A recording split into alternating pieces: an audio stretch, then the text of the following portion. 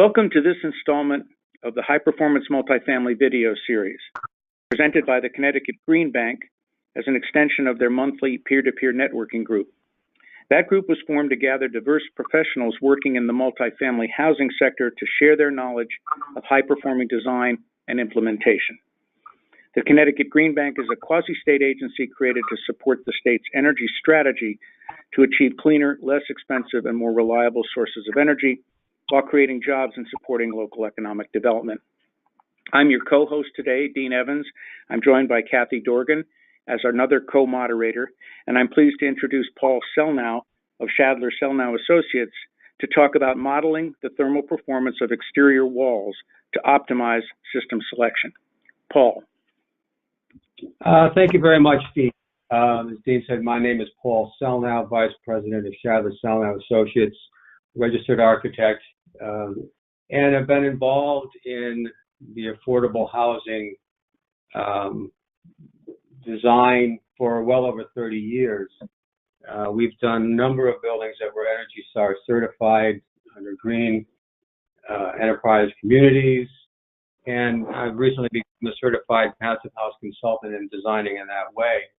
We, as common practice, do a great deal of energy modeling here in this office. We do thermal modeling, which is this diagram up in the upper left, which we do that on a regular basis through our systems. We're also a part of the AIA 2030 Challenge, and we do a lot of modeling through eQuest and as part of just design and certification. And then down in the bottom here is an example of some WUFI dynamic modeling software that we also do. So we've seen a real shift in the design philosophy these days, going from a prescriptive method to a real performance-based criteria, which is where the modeling is really important. And again, this is a shift towards moving towards something that's more carbon neutral. So what I'd like to share is a case study that I did for Elizabeth Park Conservancy as a visitor center.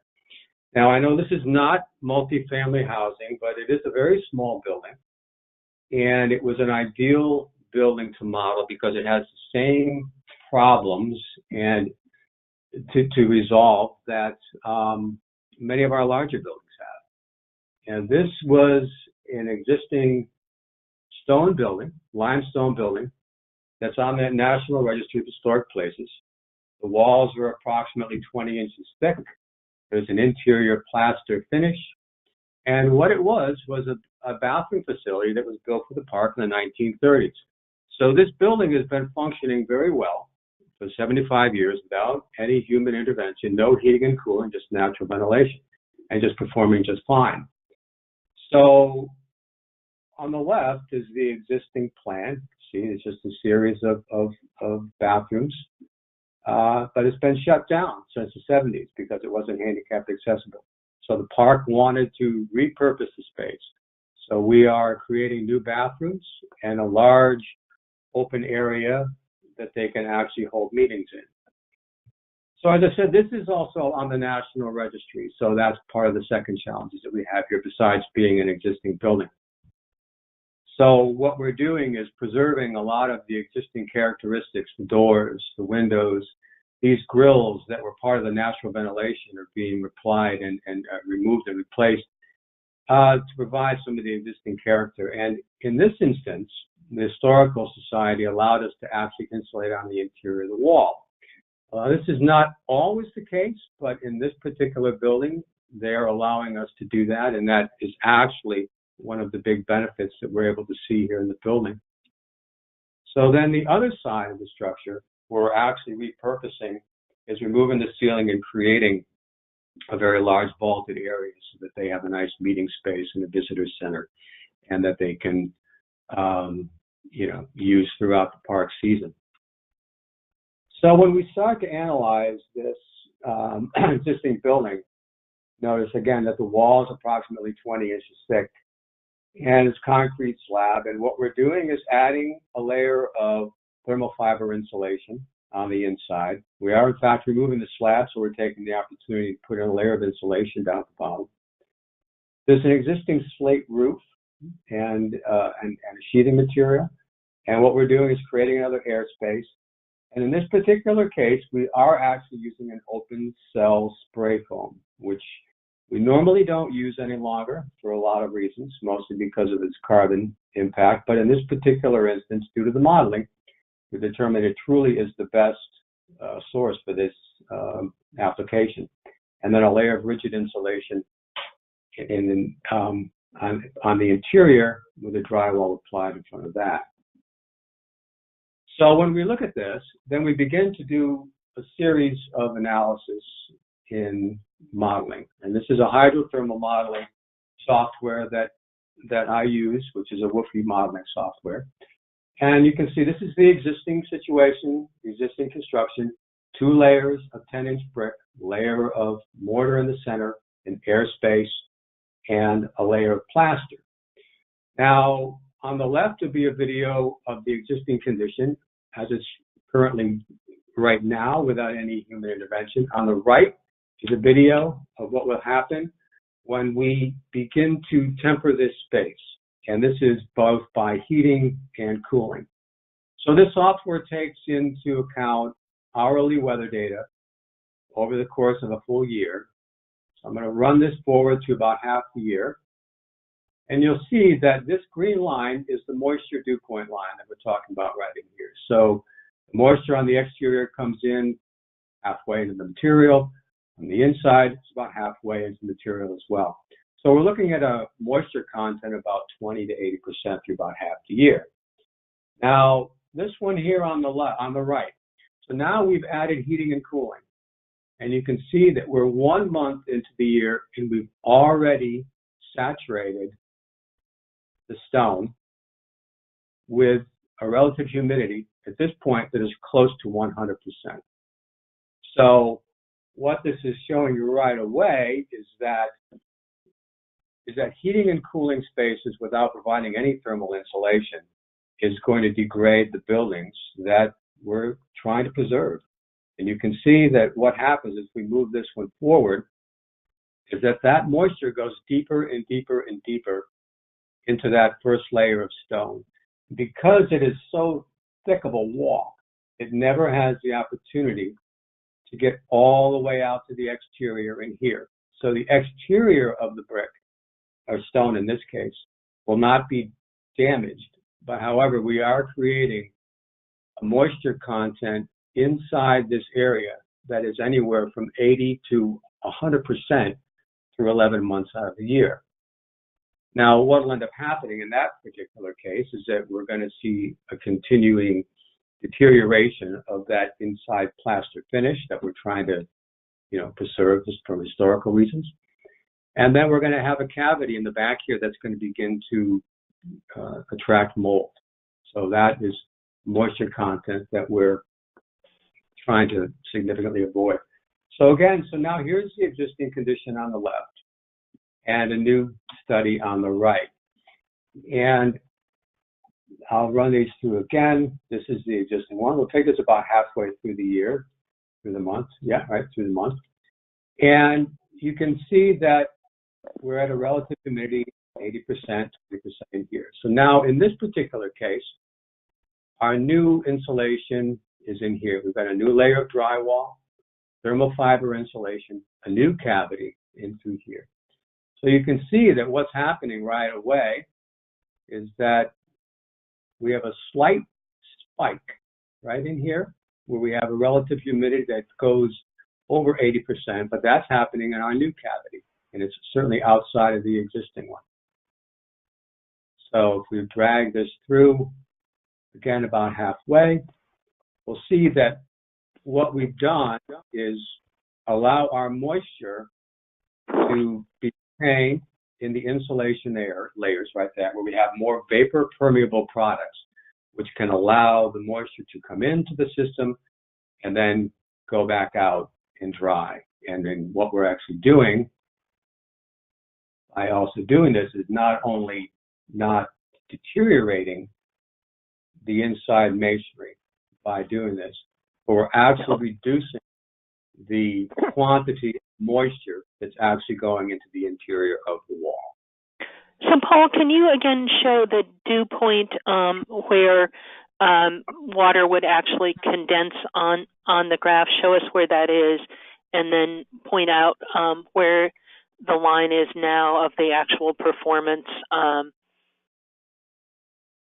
Yes, I will. This next slide is actually the best one to do that. And that is on this left-hand side is the existing building with the insulation. On the right-hand side is the systems that we would be applying, the air conditioning and cooling and heating systems without insulation. So again, here's the new system, existing wall up into here. So you can see right in here, that new system, right along that wall on the face of that stone, it just hit 100%. That happened within about 15 days of the year. So that's the area where that moisture and that dew point starts to hit 100% saturation. So that's not just, that's liquid water at that point. So that's what we begin to see along that plane. And you can see that blue line right there start to jump way up.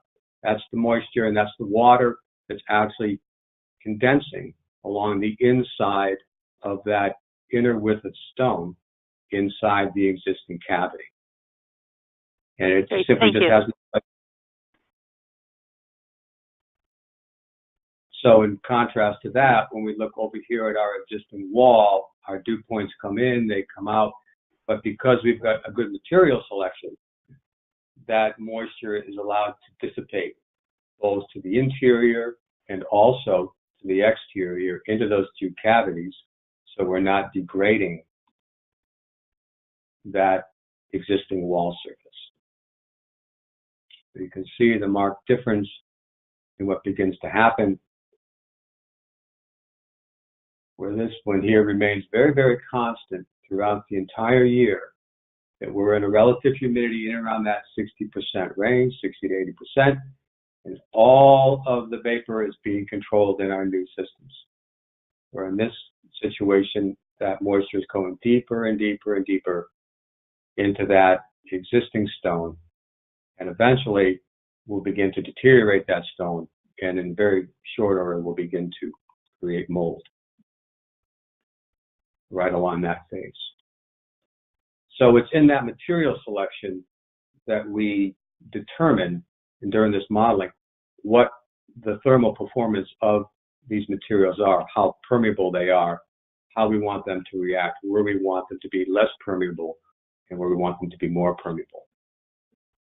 So likewise, when we get to the roof, we do the same kind of analysis. Now this scale is a little bit different. This is the existing roof on the side. It is a slate roof, a wood material, wood rafters, and a sheathing. That existing condition is right in here. So this is the new layers that we're adding. We have a layer of drywall, the rigid insulation, the open cell spray, and another layer of plywood, and then an open area. And we did this with the open cell spray.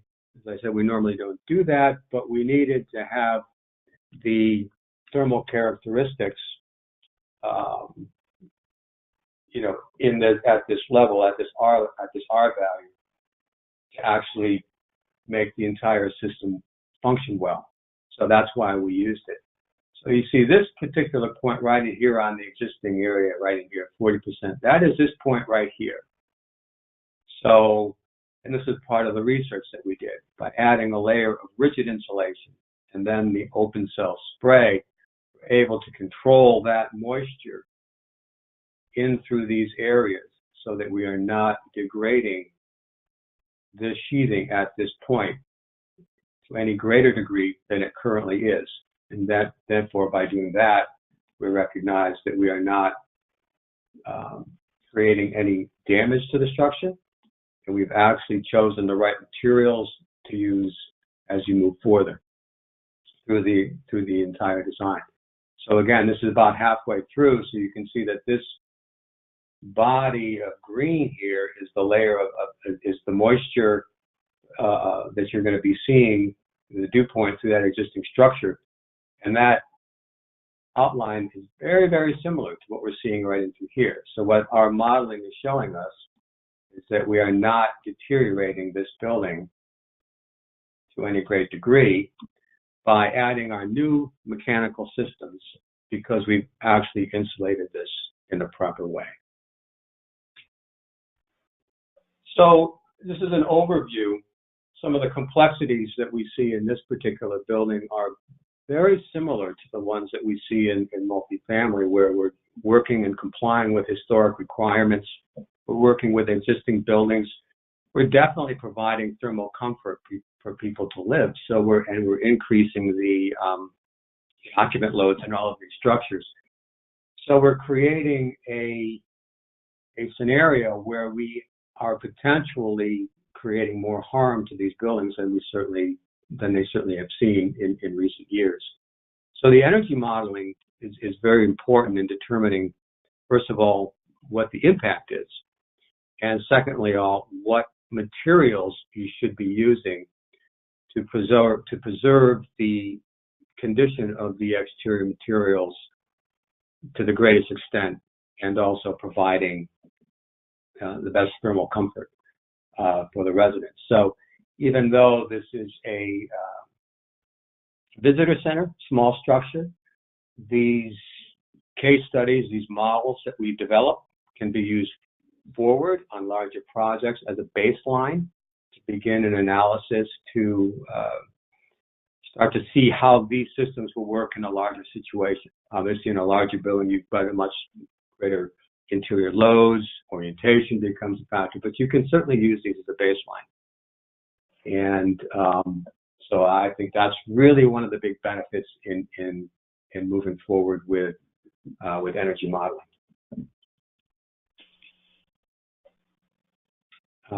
So again, thank you very much. It's Paul Selnau. This is my email address up top here. If you've got any questions or comments on that, I'd be more than glad to answer them, and again, answer any questions that you may have at this time. Thanks, Paul. That was terrific. I have a couple of quick ones, and then Kathy may have a couple as well. So when we were looking at the models, the WFI models, you were looking to determine, to make sure that you didn't get any moisture problems that you were going to get if you just tempered the existing facility, put in heating and cooling into it. And I thought that was just fascinating. Did you use because what you ultimately came up with looked like it worked just fine right at the line of where, you're not getting any moisture problems at all. Did you go back and forth with the modeling until you got the optimal condition that was perhaps, the most cost optimized combination of insulations, and not more than that by using the WFI? Yes, because it looks like you came up just exactly the right solution. I would assume you did iterations until you found the right one. Yeah, that's exactly correct, Deane. I think that's actually really important. I mean, we were concerned that we had a very thin area to work with in that insulation. In this case, a little over 4 inches. So we did analyze just using regular batt insulation. We explored the closed cell. We explored the open cell. Closed cell we eliminated rather very, very quickly, but we explored those and actually determined that the thermal fiber insulation in this particular case gave us the best outcome. So that's all part of the analysis, and you can change those systems, in the model to actually determine what is the best. So you're not over insulating, you're not under insulating, and you're looking for the best product to actually perform the best and actually be the best sustainable product, and actually, again, select products that are always working towards a carbon neutral. So you're correct. That's exactly the way that this was done. Okay, and then a follow-on question about this, because I think what might be new to a lot of people is this idea that, well, okay, it's an existing building, it's existed for 75 years, 100 years, whatever it is, it's perfectly fine. Let's put in some heating and some cooling. And, it might be less energy efficient than it could be otherwise, but other than that, there's no issues with it. And what you're pointing out is, now hold on a second, there are issues with it. If you don't actually treat the envelope, you're going to get moisture problems. And that's a very compelling argument, I'm assuming, particularly in the world of historic preservation, where, there may be restrictions about that. So how do you think, because the WFI models are, I think they're a little bit clear to people, to insiders, but they're fairly confusing, I think, to outsiders. How can you use that kind of information in a way to convince people to allow you to insulate when they may not be inclined to let you do so? Well, that's a very good point, and I think that we do run up against that quite frequently in historic structures where we, in many cases, are not not allowed to insulate in the past. I think that is shifting, frankly. When I presented this to the SHPO board in Hartford, they were actually very receptive, and I didn't share the videos, but I shared some of the modeling that I had done, and were very interested in understanding how this whole process works. So I think there is a shift, and I think they're understanding it. So I think we have an opportunity now to have further discussions with them so that they begin to understand this. Now, looking at these graphs and looking at these charts, they are difficult to follow and things like that. But when you take a look at just straight numbers, over here, and you can see that you're talking about a relative humidity in that range, and you just see that green area. Okay, that's really what we're talking about. I think people can begin to understand in a basic way that you all of a sudden saturated that. You don't necessarily have to follow that line for a year, every hour. You can just see that you've done that. So on a basic level, I think that they can understand that. And I think in presentations, these would need to be done in more snapshots than real videos, to say that this is what's happening at a certain time of the year and explain that saturation instead of, looking and watching the video and watching the lines kind of go up and down. Right. Yeah, or maybe it's a combo. I mean, it does look, the dynamism of the modeling looks actually pretty interesting, because it gives you a feeling for it sort of gives you a feeling for how moisture might move in a space, that kind of thing. So, and probably a combination would be good. It is, and it also, in looking at this, you can track it through the different months. Okay, so you can see what months the year is, and you can see that it's actually not just the cooling season; it's the heating season as well. And you can run this back and forth, and you can determine and see exactly in real time, how this is actually, affecting the building. And Paul, could you say one more time out loud what this modeling software is? What's it called? Yeah, so this is a WFI software model, and it's a WFI dynamic modeling software, which analyzes the thermal performance of materials. And so that's what I use, to develop this. Okay. All right. Well, those are the questions I had. Kathy, do you have anything you want to add, or any questions you want Paul to address? Sure. And just, do you want to tell us a little more about the WFI model, who makes it, and why you use it? Yeah, well, it is developed by Fraunhofer in Germany. They developed a series of different modeling software, some for passive house, some for the dynamic modeling, and they concentrate on analyzing, these types of systems. We use this when we're analyzing the WFI passive for building compliance of the entire systems. We don't, when we're dealing with passive house, get this far into it unless we really, really need to analyze a particular wall. Then it becomes valuable. But it's not part of the requirement for a passive house certification to go to this extent. But again, this is very, very beneficial when you really start to think about how you're affecting buildings. So it is a well-recognized systems. I'm sure there's other modeling systems out there as well, but when I became certified passive house consultant and started working with Looking Passive, I became very interested in this because over the years, I've just read so much information on what to do with existing buildings.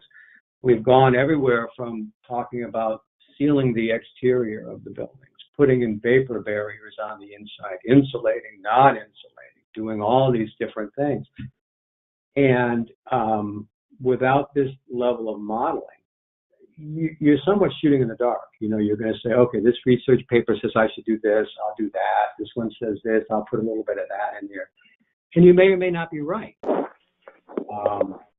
And so what this is showing us right here is that we're using in today a series of vapor retarders that allows moisture to come in and then dissipate because things have to dry in both directions. And this Woofy modeling software takes that into account because you set those parameters, right off the bat. And you're dealing with weather data, hourly weather data in your geographical location. So this would work in the Hartford area and probably in other parts of the state. But when we start to leave the state and we look at different climate zones, you need to input that weather data. And that, in fact, could conceivably change some of those insulation values. That's fascinating. As we look at changing weather patterns and extremes of weather in climate data, is that something you can change for your parameters in the software? Is that something you look at? Right now it is not in the software. It's definitely a topic of discussion that's going on in the industry right now on how do we actually, deal with that. Are we putting products in here that are appropriate for, a climate zone similar to let's say Baltimore, because we might find ourselves in that situation at some point. But the software does not take that into account. So we're just, again, at this point, that's one of the things that we're just using our best judgment on. And looking at, again, these products that are vapor permeable so that they can allow moisture to move freely through them without deteriorating the product. That's why the thermal fiber insulation that we use is a good one for that, because it works very, very well. So this is not taking that into account. I haven't tried running one of these in a different climate zone to see what would happen if and all of a sudden in 10 years or less we ended up in a different zone. But that would be the only way to do it. Would just be to apply the same design principles to a different climate zone and see how it reacts. Oh, very interesting. Finally, I was fascinated about your conversation about really in the movement of historic preservation, moving from thinking just about appearance to the conditions that affect the building and preservation. I assume that what you've presented here about the moisture is one part of the presentation to historic preservation office about your approach to the building. Can you tell us some more things about how you presented your strategies for the space within the historic preservation framework? Yeah, so what we did when we first presented to them was we presented this level of drawing to show them that this is what we were doing. Now, not all buildings under historic preservation are potentially going to be allowed to do all this because each one is a little bit different. And I think you need to do it on a case-by-case basis. But I think they are, in fact, very, very interested in that. So we presented that type of documentation. And the other thing that I actually did present was a series of therm models like this that showed that what would happen to the building when we began to heat and cool it without the insulation, where these hotter temperatures, that we see inside the building, we're going deeper and deeper into the existing building. And that was the beginnings of the deterioration. So those were the levels that I presented to them at that day. I didn't share the videos with them because I didn't have the time. But what I found most interesting about that presentation was it was a question that they had asked me, as opposed to me showing them right off what the issue would be.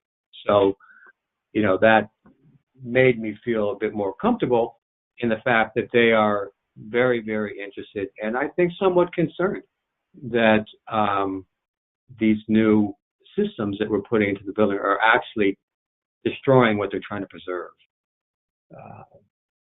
So I'm hoping for and looking for another avenue to present this to them. Maybe they'll watch this webinar and get a better understanding of the full system. Thank you. Fascinating. You're welcome. Yeah, terrific. Thank you, Paul. That was a great presentation. I think we've reached the conclusion of it, but it's a great new installment for the High Performance Multifamily Video Series presented by the Green Bank, Connecticut Green Bank. So again, thank you very much, and I look forward to more conversations in the future. Thank you. You're welcome.